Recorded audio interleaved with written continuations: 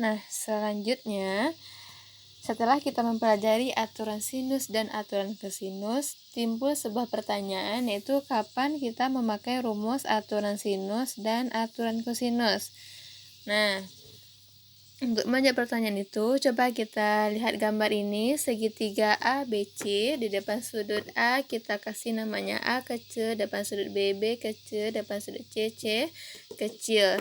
Nah, kita ke aturan sinus dulu. Aturan sinus itu rumusnya kemarin adalah perbandingan sisi dengan sin sudut di depannya itu bernilai sama pada segitiga. Jadi A per sin A sama dengan B per sin B sama dengan C per sin C. Jadi ini rumusnya.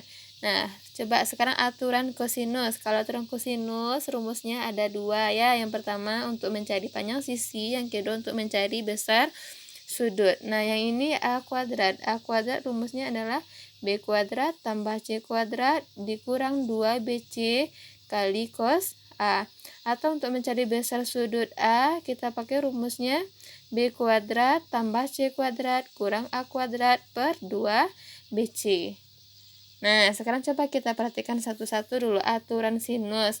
Kapan kita dapat pakai aturan sinus? Kalau aturan sinus kan kemarin kita makainya bisanya sepasang-sepasang ya, A dan B atau B dan C atau A dengan C. Sekarang coba kita perhatikan aja A dan B. Nah, ini misalnya kalau hanya diketahui A dan B, apakah bisa kita selesaikan soalnya?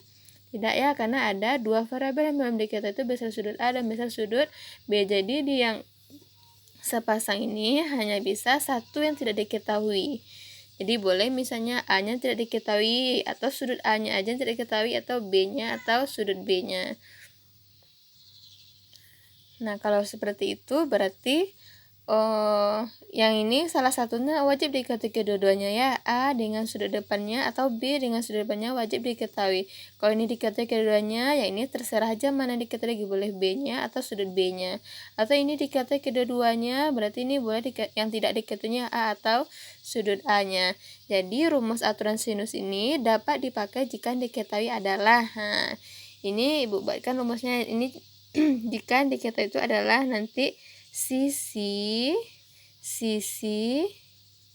sudut. Nah, ini coba lihat nih, sisi sudut. Ini sisi sudut. Jadi sisi dengan sudut ini diketahui. Nah, yang ini juga diketahui, berarti nanti ditanya adalah cos B. Atau yang kedua adalah sudut sisi. Nah, yang kedua adalah sudut sisi. Jadi ini sudut sisi. Jadi ini diketahui kedua-duanya. Ini juga diketahui, berarti nanti ini ditanya adalah A-nya.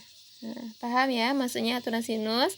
Jadi aturan sinus dapat dipakai jika diketahui adalah sisi sudut. Atau ini sisi sudut. Nah, atau yang kedua dapat dipakai sudut sisi. Atau ini juga nanti sudut sisi. Jadi itu aturan sinus dapat dipakai jika yang diketahui ini. Nah, gimana kalau aturan kosinus? Nah, kapan kita dapat makainya? Lihat rumus untuk yang A-nya.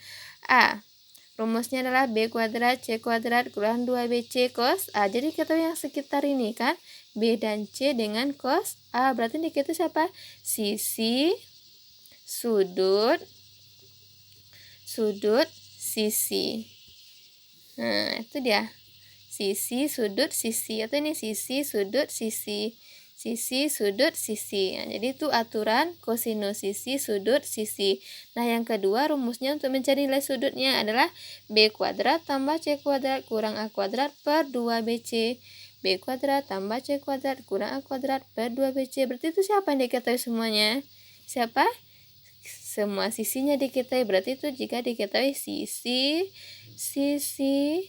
Jadi kalau diketahui semua panjang sisinya, berarti kita pakai aturan kosinus. Bisa membedakannya? Bisa ya? Silahkan dipahami.